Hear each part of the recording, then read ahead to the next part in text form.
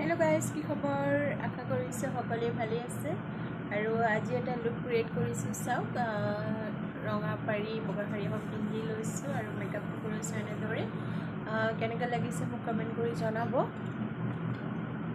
লাইটৰ পোহৰটো পৰি আছে যে কেমেৰাটো অকণ ঘূৰাই দিছো কেনেকৈ লাগিছে মোক কমেন্ট কৰি জনাব এটো হ'ল আই মেকআপ আপোনালোকে যদি মোৰ পৰা মেকআপ ল'ব বিচাৰে